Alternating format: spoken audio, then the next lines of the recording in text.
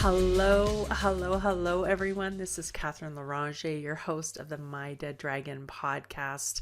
And as always, I hope you know that I love you. You are phenomenal and you deserve to live a life that you love, you absolutely love.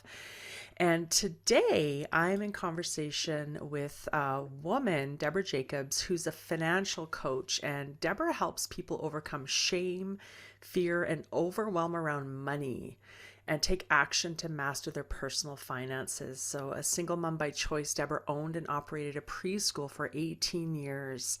As she raised her kids and ran her business, she ignored her own finances for way too long. And so once she committed to changing her financial life, she did a deep dive into the world of personal finance, reading books and blogs, listening to podcasts, joining groups focusing on money, and taking many courses. Through this process, Debra found a new calling, helping others transform their relationship with money, their money habits, and their lives. In addition to running her coaching business, Money Smart for Life, Debra is also a published author and editor and is presented at many conferences. She's worked as a parent coach, preschool consultant, and resume expert. Debra holds an education master's from Harvard University's Graduate School of Education. So, Debra, welcome to the My Dead Dragon podcast. I'm so excited to have this conversation. Money, that can be a touchy one. For Oh, a lot of women. So can you start us definitely. off by sharing your story? Sure. Well, first of all, I just want to say thank you so much for having me. I'm really excited to be on your podcast, and I'd be happy to share my story. So, I grew up in a time when the Cinderella syndrome was going strong. I just grew up absolutely expecting that Prince Charming would swoop down. I'd get married, I'd have children. Of course, I had the expectation that I would work and have some sort of career, but just expected that it wouldn't necessarily be the primary career in the family, Mm, that I would be taking care of the children and that I could rely on a husband to, you know, be the main breadwinner and not something that I would necessarily have to worry about.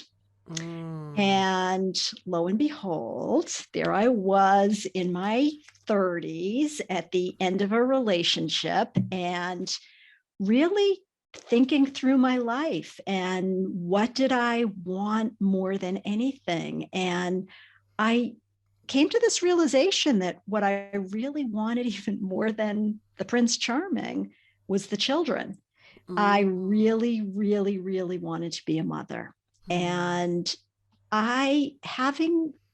at that time and having grown up in that milieu, I spent a few years at night trying to sleep, staring at the ceiling and saying, can I do this alone? How can mm, I?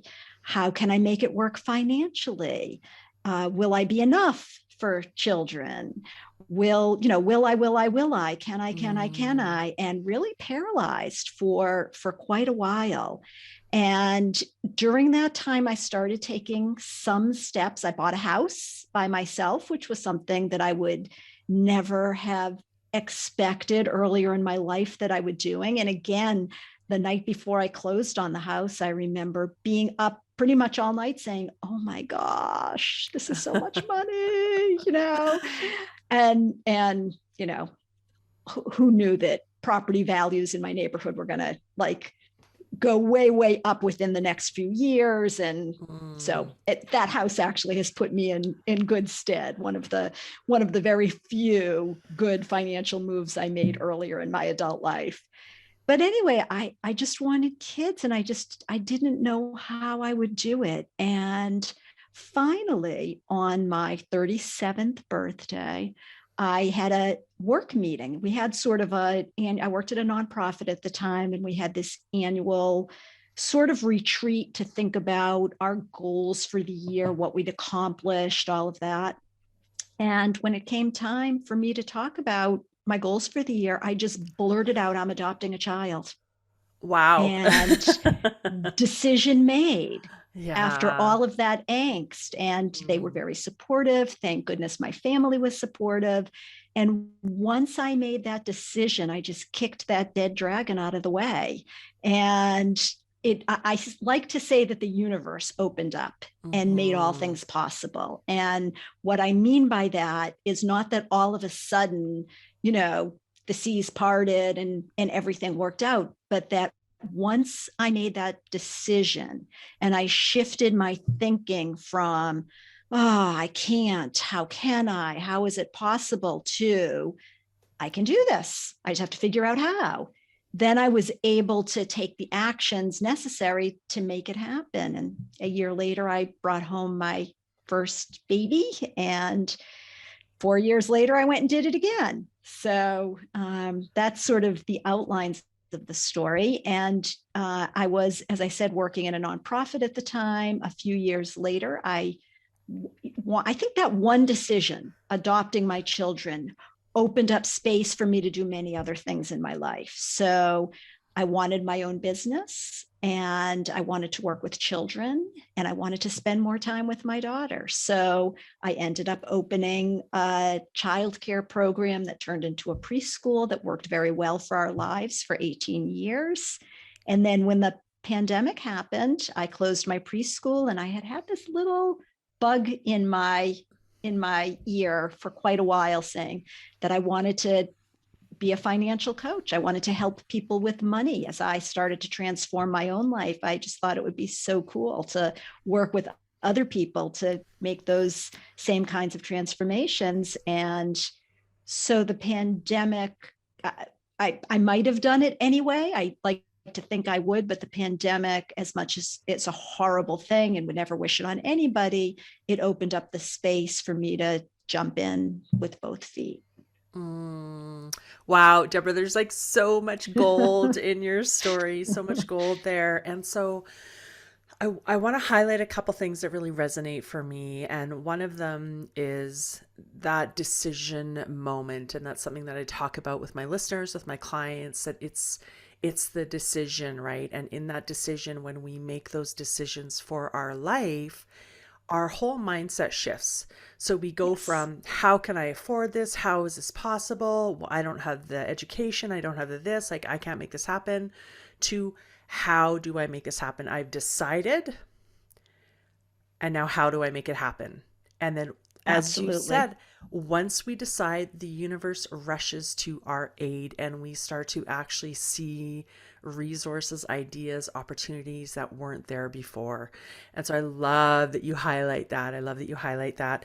And then the other piece around having that bug in your ear, right? So that's that longing and discontent where, again, the universe is kind of whispering to us, there's more, right? You're kind of ready to step into that next level of becoming. Yeah. Yeah. Yes. Yeah. Yeah. And That is true. And I think there's a process that happens, and I think it's happened to me several times in my life, which is an idea takes hold. Maybe not so much with adopting my children, because that's just something I wanted all my life, but mm, starting my preschool, starting my financial coaching business, other decisions that have pushed me forward in my life where I have an idea and I think it's a great idea and I'm all gung ho. And then the gremlins come in, and all mm-hmm. of the not even necessarily, I have a lot of yay sayers rather than naysayers around me. I'm lucky that way, although, there are a few naysayers, but the thoughts come in like, oh, that really wasn't a good idea after all. Oh, I can't Mm, really do that. And I think it's when we push through those and push those gremlins away when we can get to maybe a modified version of what the idea was, but actually take some action and do it. And I think that there's this mistaken idea sometimes that, oh, I've got this great idea. I'm going to move forward in my life. I'm going to do this. And then, it's not so much that the universe opens up and that there are resources that weren't there before. It's that all of a sudden we see those resources and mm-hmm. we're able to access what was always there, but we've shifted our vision, it's a little bit like buying a new car. Like I never look at cars ever, ever, ever. I'm driving on the road thinking about other things, and I wouldn't care if it's a Ford or a Tesla. But when I'm in the market for a new car, all of a sudden, oh, that's the Subaru Crosstrek, and that's the this, and that's the that. And you start seeing these, and it's a little bit like the same thing. Once you've made that decision, you start seeing everywhere the possibilities. But those gremlins do come in. And I think that it's pushing through that sort of wave of second layer, I can't, second layer negativity that gets you to move forward. Absolutely, right. And so it starts with the decision, and we have to serve our decision with action. Yes. And at that moment of decision, and even before it, right, those gremlins, and I use the Yeah. language of paradigms, Yeah. they're like, oh, like, who do you think you are? You can't do that. That's Right. a silly idea. Well, let's do the laundry first after the kids are out of school. And Right. they try to actually keep you in that comfort zone. So those gremlins or paradigms are just trying to keep you in your familiar. And so Yes. actually knowing that they're there and that they're actually showing up for everybody. So if you're Yeah. hearing them, you're not alone. There's Right. nothing wrong Totally with you. normal. Totally Yes. normal. Totally normal. So normal. And it's taking action, like Yeah. you said, pushing through them in spite of those. And then yes, absolutely. Once we've made the decision, we take that action, we start to see, right, the resources, ideas, opportunities that were there all along. But as you said, we weren't tuned to them. We weren't tuned to them. Right. Right. Yeah. So Yeah. Deborah, how did you go from, or sorry, not go from, but what was your process in terms of, you mentioned growing up with the Cinderella syndrome, right? Okay, I just have to like sit here and, look a certain way, be a certain way. Prince is going to show up and happily ever after. How did you come to realize, like, maybe I kind of bought a load of hooey here? Yeah. And Yeah. then how do I actually become my own heroine? Right. Long, slow process. Mm. There was certainly a long period of time where, went on a ton of dates and just kept looking for that person who, I was expecting anyway, a partner to do everything, to be attractive and to spark that kind of excitement, and yet to be kind and to be steady and to be good father material and to be a good friend and to be, all in one person. And sometimes that's hard to find. I did, again, being in a longer term relationship that ended, you just come to a point in your life where you say, what is the most important thing to me? Mm. And you as women, sometimes if children is what we really want, there's a certain sense of time pressure. If Mm. people want to give birth to a child, there's definitely a time pressure. But even with adoption, Mm. there's a time pressure. And it just comes to that point where we just have to, again, coming back to that decision, we just have to decide. Now, that's not to say that then life is all unicorns and roses, so Mhm. we make that decision, and then it's still a long process. I will tell you that I couldn't be happier now. My children are 18 and 23. I'm an empty nester for the first time, and I'm really loving my life. And at 35, if I had looked into the future and seen that, yes, I had children, but they would be gone and I'd be living alone, I would think I'd be really sad. And Mm. again, it was that idea of, the cultural expectation of partnership and marriage, the idea that, somebody's going to be taking care of me. And taking care of yourself can be tough, Mm. but it can also be exhilarating, knowing that Mm. you're responsible for everything. When I adopted my kids, I knew going in that I was going to have to give the baths, read the bedtime stories, cook the dinner, do the dishes, and take out the trash. I mean, that I'd have to do it all. And I would laugh sometimes when friends of mine or people I knew would talk about their husbands going on a business trip. And they'd be saying, oh my gosh, he's going to be gone for 4 days. It's so hard. And not so hard for me because it's what I expected and what I chose. And but it was a process getting there. Yeah. And I love that, in terms of looking forward, anticipating if you were in your 30s, looking now, you might have thought you would be sad.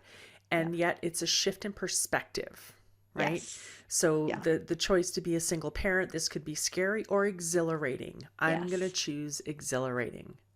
This is very true. And I will tell you, single parenthood is very varied. People are single parents by circumstance, like divorce or widowhood, or, maybe never having married, but not, having their partner in their lives so much. That can be really hard. And that requires a really big mind shift to get to life is beautiful. Whereas if you've gone through sort of the hard stuff of, I don't have a partner, that fairy tale is, like not really real. It's a bubble that popped, it's not real, that fairy tale. And if you've gone through that whole process and then become a parent, and you're ready for it and open for it, it's really not hard. It's not hard. It can be very joyful. Of course, there are moments as a parent where, I remember when my kids were little and, you do triage, whoever's screaming the loudest needs you the most. Is there blood? Yeah, that's right. But also, there's community too, particularly in adoption. And I hope for other single moms, certainly for moms of kids who are donor conceived, there can be community. We have, my best friends now are people who also adopted children. And so my life was enriched greatly.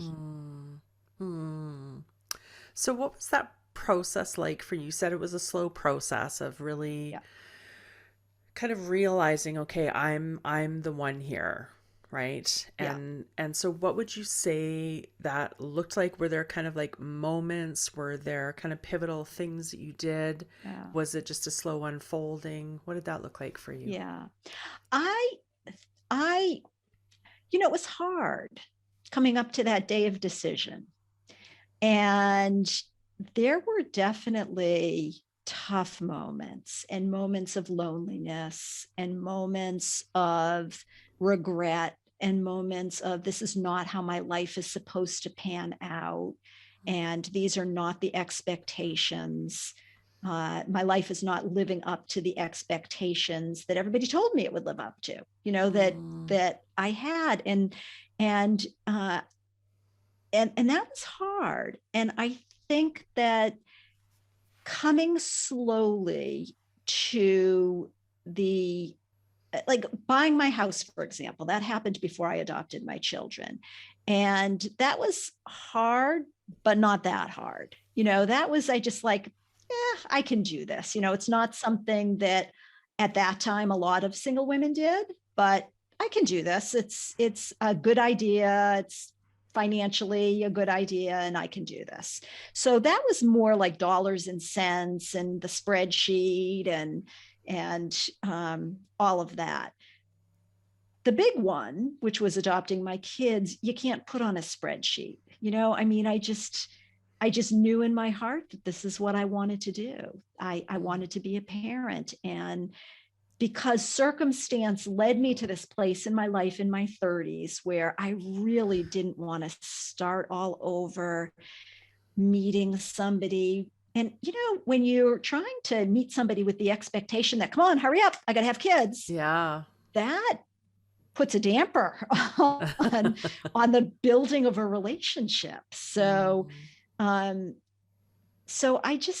went through this, don't really know how to put it, just this questioning, this, questioning for a couple of years. And once I made that decision, it was Yeah. like the blinders came off and it all became really clear.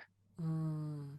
Was And was there a grieving process that you went through in terms of being able to let go of the fairy tale? definitely. And prior to the decision to adopt my kids, once I Mm-hmm. made that decision, I didn't experience any grief. I know some women who become single moms by choice do experience grief even through the process of either conceiving, giving birth to their child, and raising their child, or adoption. People experience the grief sometimes of if they're single, of not having that fairy tale, not having the partnership. I did not experience that at all once I made the decision. Once I Mm. made that decision, I was like, here we go. Yeah, we're I'm doing this ready. thing. But leading up to that, yes, there Mm. definitely was a grieving process of, you know, when things work out differently than we expect them to work out, I think, and I think it's always hard. And I think there Mhm. is a process of grieving. And I think I Yeah. had to go through that in order to get to the point at which I could, with a full heart, make that Mhm. decision and follow through with it. And I think what's really resonating for me is that as we evolve, as we go through this process of becoming the main character of our own life, we have a wake up call or series of wake up calls that sometimes, and by sometimes I mean often, it can take some time to really fully allow ourselves to just sit with the significance of that.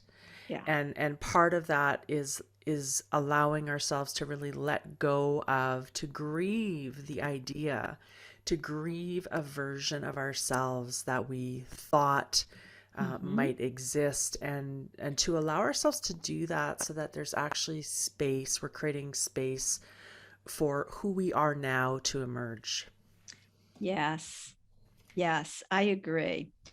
And I I think that the next generation, I mean, I think I'm very hopeful for my children. Um, and that is not to say they're not going to have their own dragons to slay and their own, things to get over. I think the Prince Charming fairy tale is not one of them. Mm-hmm. They did not grow up with first of all, my kids grew up with single moms, so they had a Mm-hmm. model of somebody who could solve problems and who could do what needed to be done. But even friends of theirs who grew up with two parents, I think that they have a different view of life. I think they're Mm-hmm. coming to life in this generation with, of course I'm going to be responsible for myself. Why would I Mm-hmm. expect somebody else to be responsible for me? Mm-hmm. I And know I so Oh, sorry, go ahead. I was just going to say, like I said, I'm sure they'll have other things to deal with, but Yeah. hopefully that's not one of them, which is not to say I don't hope for them that they find loving partnerships in life, but Mm-hmm. I just think it'll be a different approach. Yeah, I know I get so excited when I'm watching things like Brave and Moana and Yeah. Wonder Woman, and just Yeah. having these role models out there for young girls that you Yes. can be a superhero too. Yes, You're for not a sure. side character. You're the That's main right. character. Yep. Mm.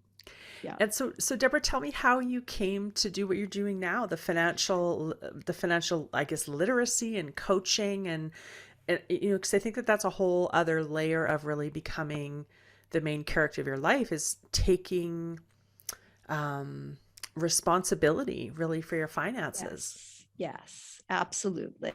And for me personally, uh, I don't have anything to prove, but I am an older person starting a new business, and um, that can be a little daunting. So, but I'm I'm sure that I can make this work. So I think having gone through those past steps, adopting my children, raising my children, starting a preschool, having a successful preschool, and doing some other things in my life, why wouldn't I be able to do something completely different and Yeah. make it work? So not that there aren't, again, a learning curve in moments when, human nature, when you say, what am I doing? What was I thinking? Right. So the evolution of that is that when I first adopted my first daughter, for the very first time in my life, I made a budget. And I figured out exactly what it would cost me to adopt her, to take 3 months unpaid maternity leave. I had it figured out to the penny.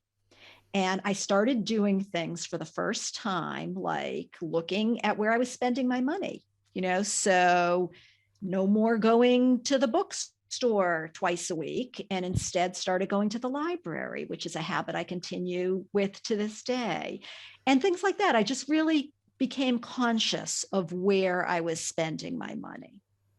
However, when my kids came home, I focused on two things. I focused on raising my kids and running my preschool. And I completely ignored my financial life. And if I had done just a few things, just a few little things, I would be in a much, much better financial situation today. And so I kept saying to myself, I really have to learn about finances. I was a little scared of them. I really have to learn about money. I really have to learn what to do with my money. I really have to learn how to manage my money. And I never did. Then my kids got older, and when kids get older, they go off with their friends, and some space opened up, not necessarily in my life, because I think it's an excuse to say I never had time before. I could have made the time. It doesn't take that much time. Yeah, we make time for what's important to us. Right. But I just felt like I really have to do this. I really have to learn about this.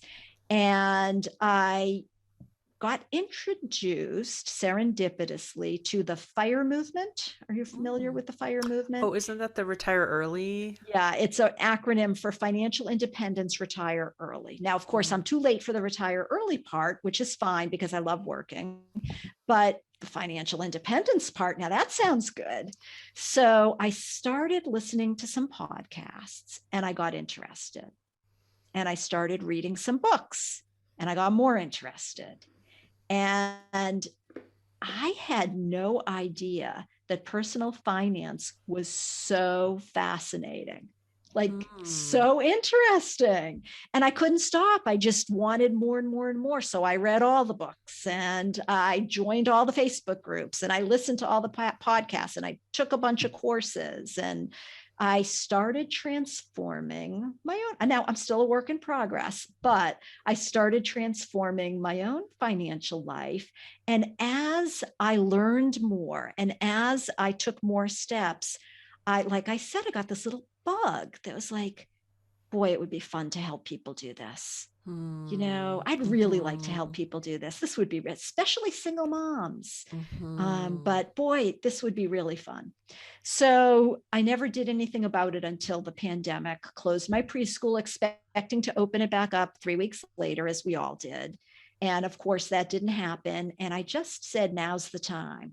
And so I, got a few beta clients who didn't pay me anything, but I worked with them and I learned and I perfected my process and then got paying clients and have been doing it ever since. And it's so gratifying to see people really make changes in their lives. I'm working with or finished working at this point, although they may want to do like a 3-month check-in or a 4-month check-in with a young couple who had lost a business during COVID and were really despairing, and they're doing just great now. They're doing really well. And so it's just It's very satisfying. And Oh. another young man who had gone through bankruptcy and could see himself heading down that path again. He had never Hmm. learned about finances. He had never Hmm. learned how to manage his money. And so I've been working with him, and he's really turning things around. And also, I work with some people who are getting divorced or who have been divorced and have never managed the money in Hmm. their families. And now finances are a little tighter than they were, and they're responsible and they're Hmm. absolutely terrified. Hmm. And I really love being both encouraging and firm with people. So, Hmm. holding them to, yes, you can do this, Yeah. and and seeing people transform. It's so much fun. And that sense of freedom that comes for Yes. people. And so Yes. you mentioned Deborah having like if there were just a few little things I had done, what are those little things that you would recommend that people start with? Absolutely. So one thing I always did in my younger days when I was raising my children was money would come in, and then I'd pay all my bills. We'd spend what we needed to spend and sometimes what we didn't need to spend, but spent it anyway. And then if there was anything left over, I'd throw that in a savings account. And I think if I had turned that around, if Mm, I had just said, before I spend a penny, anytime money comes in, I'm going to take a small percentage, whatever it is, and I'm going to put that away, mm, I would have been fine with whatever else was left. And I would have had a nice little nest egg. mm, So that's one thing that I definitely recommend people do is pay yourself first. The first item on your mm-hmm, budget is savings, and it mm, comes right off the top. And then whatever's left, you figure out how how to live on it. mm, The second thing I would have done is I would have invested money early. So I mm, did open up an IRA. I had no idea like what mutual fund it was invested in, what the expense ratio was. I didn't know anything. And some years I didn't put anything in it. Some years I'd throw something towards it. It never really went anywhere. And if I again had made a monthly contribution just to like an index fund, a total market mm-hmm. index fund, I would be doing really well right now. Yeah. So just those two things alone is just paying myself first. And even if it's very small, there are companies that have no minimums. You can Mm, invest $10 if you want, something mm, very small every month, because your money, now the market goes up and down. So, you have to be able to live through those downs and know that it will eventually come back up. But the market trends upwards. mm-hmm. And I'd be doing better if I had done those two things. And then the third thing is just being really conscious of where I was spending my money and how I was Mm. spending my money, and cutting out the things that didn't add value to my life. Ooh, I like that. Cutting out the things that don't add value to your life. And so, how would you, so for someone who's never done a budget, Yes. where would they start? Well, yeah, that B word. It's a big, scary word. So when I Mm-hmm. work with people, I have a budget that I use that's based on something called the Plan Ahead budget that was developed by a woman named Kelsa Dickey, who's a financial coach in Arizona and fantastic.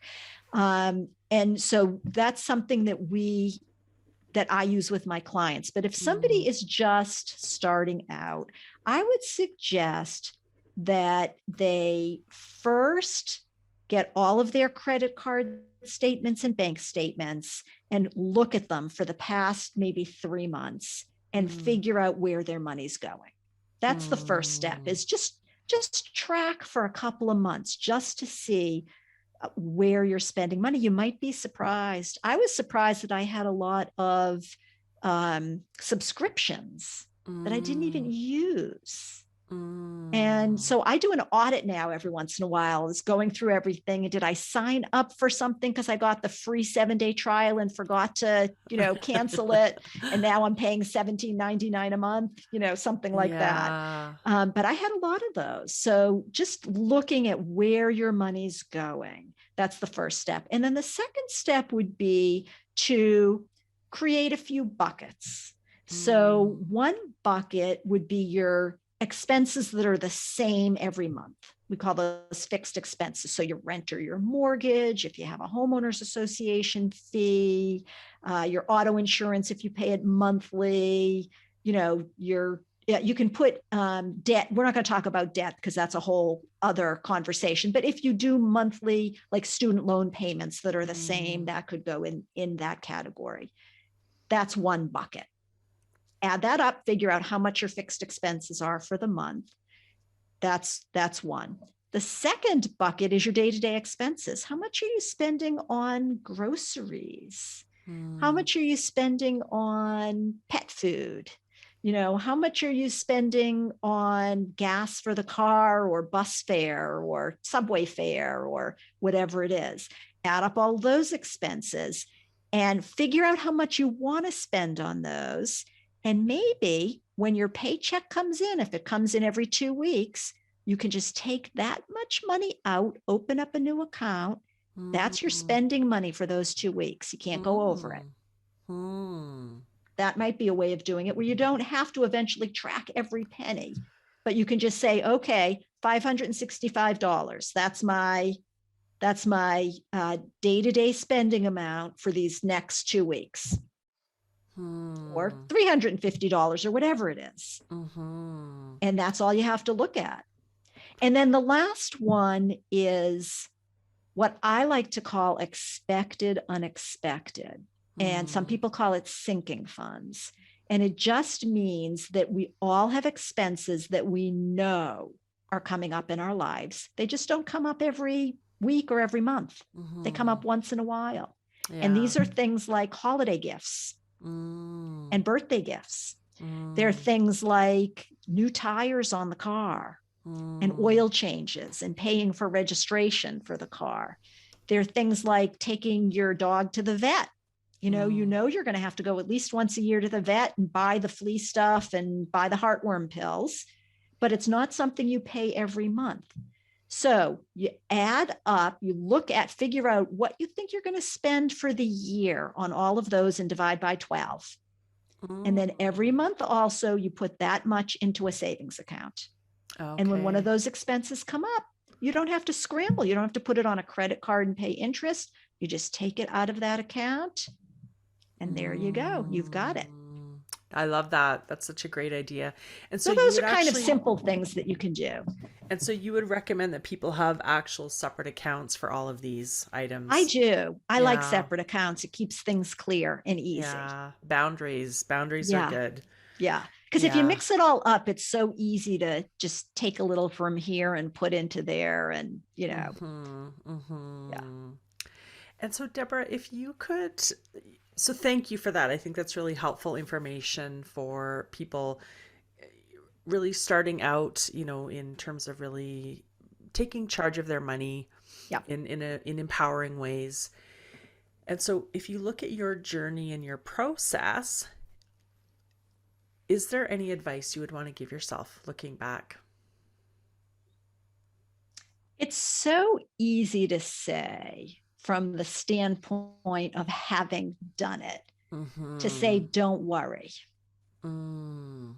you can do it. You don't need to go through all that angst. You're perfectly capable. Mm. Easy for me to say now. I'm Yeah. not sure that I could have gotten to where I am now if I hadn't experienced all that angst and worry. Yeah. So, Yeah. but that is one thing I'd like to tell myself is just don't worry. You know, Mm. you can do it. You're going to be fine and Mm. it's all going to work out. Yeah, you've got this. Yeah. And so, Deborah, where can people find you if they would love to learn more about what you do? You have a podcast, I know, a website. Can you tell us about those? Sure. So my website is moneysmartforlife.com. Okay. And you can find out about financial coaching on the website. You can find out about the podcast on the website, and you can go to contact me and get in touch with me. And I would love to hear from any of your listeners who are interested in learning more about money and financial coaching. And I do have a podcast. The podcast is called Finance Your Dream, and you can find it on pretty much wherever you listen to podcasts. It's on a whole bunch of different platforms. It started out as a podcast geared to the intersection of money, parenting, and single parenthood. And then kind of a long story, but to make it short, I was working with a business coach who advised me to broaden it a little bit, which I did, and changed the name to Finance Your Dream. And I felt like I lost my voice a little bit. So I have taken a little break from the podcast, and I'm in the process of interviewing a bunch of fabulous people, and am about to kind of relaunch it with a focus on money and single parenthood. So, I mean, it's applicable to other people who are not single parents as well, but that's where the focus is. Yeah. Oh, I love that, Deborah. And I want to just kind of highlight a little thing here for my listeners, is that noticing, right? And Deborah, what you did beautifully is notice, okay, I got this advice from this expert, quote unquote expert. I did this thing. It didn't feel right to me. It felt like it wasn't, I'd lost my voice. And so for my listeners, noticing that for yourself, where are the places where I feel like I've maybe lost my voice, I've compromised my vision, my dream, and we just notice. Right? We notice, and then in that noticing, we create space for us to make a choice about how to proceed. So thank you for that beautiful example, Deborah. Oh, thank you. It's been a pleasure being on your podcast and having this conversation with you. Thank you so much. And I will have all of your contact info in the show notes. So anybody listening, if you would love to connect with Deborah, you can get her website info in the show notes. And thank you, Deborah, for being here today. So enjoyed this conversation and sharing your story. And to my listeners, you are amazing. You are amazing. Know this, and I will catch you next time.